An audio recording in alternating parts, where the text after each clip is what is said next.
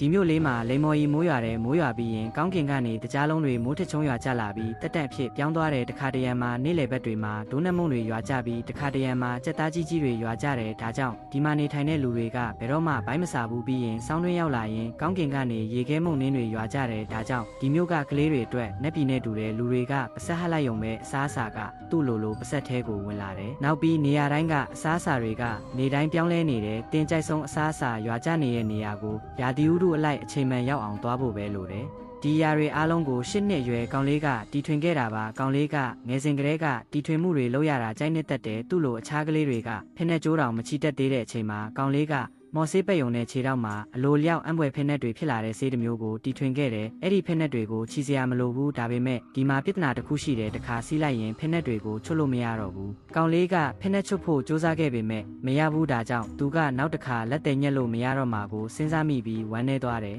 ဒါပေမဲ့ရုတ်တရက်တစ်နေ့မှာမြို့မှာကြီးမားတဲ့ဘေးဆိုင်လာတယ်ဒါကြောင့်မြို့မှာစားစရာအတွက်ငါးတွေပဲကျန်တော့တယ်အရသာကောင်းအောင်လူတွေကမနက်မှာငါးပြုတ်နေလေမှာငါးကြော်ညမှာငါးကင်စားကြတယ်ဒါကြောင့်လူတိုင်းရဲ့ဘဝကတဖြည်းဖြည်းပြင်းစရာကောင်းလာတယ်အဲ့ဒီအချိန်မှာကောင်လေးကသူဘာလုံးနိုင်နေဆိုတာလူတိုင်းကိုပြသဖို့အချိန်ကောင်းပဲလို့စဉ်းစားမိတယ်သူကရေထည့်လိုက်ရုံနဲ့ဘယ်စားစာမဆိုအလိုလျောက်ပြင်ဆင်ပေးတဲ့စားစရာဆက်တစ်ခုကိုတီထွင်ခဲ့တယ်စူးစမ်းမှုများစွာပြီးမှကောင်လေးကဟမ်ဘာဂါလုံးနိုင်ခဲ့ပေမဲ့ဘိုးအားနေတဲ့အတွက်စမ်းသပ်မှုမအောင်မြင်ဘူးဒါကြောင့်သူကလျှက်စစ်တပ်အားထုတ်လုပ်ရနေရကိုတိုက်ရိုက်သွားပြီးဆက်ကိုဖွင့်လိုက်တယ်ဒါပေမဲ့ဒီတစ်ခါမှာတော့ဘိုးအားများတဲ့အတွက်ဆက်ကကောင်းကင်ကိုတိုက်ရိုက်ပြန်တက်သွားတယ်ကောင်လေးကဒီတစ်ခါလဲကြာရှုံးသွားပြီလို့ထင်တယ်ဒါပေမဲ့ရုတ်တရက်ကောင်းကင်ကနေဟမ်ဘာဂါမိုးရွာကျလာတာကိုလူတွေကတွေ့ရှိကြပြီးအံ့အားသင့်သွားကြတယ်ကောင်လေးကလူတွေရဲ့သူရဲကောင်းတဦးဖြစ်လာတယ်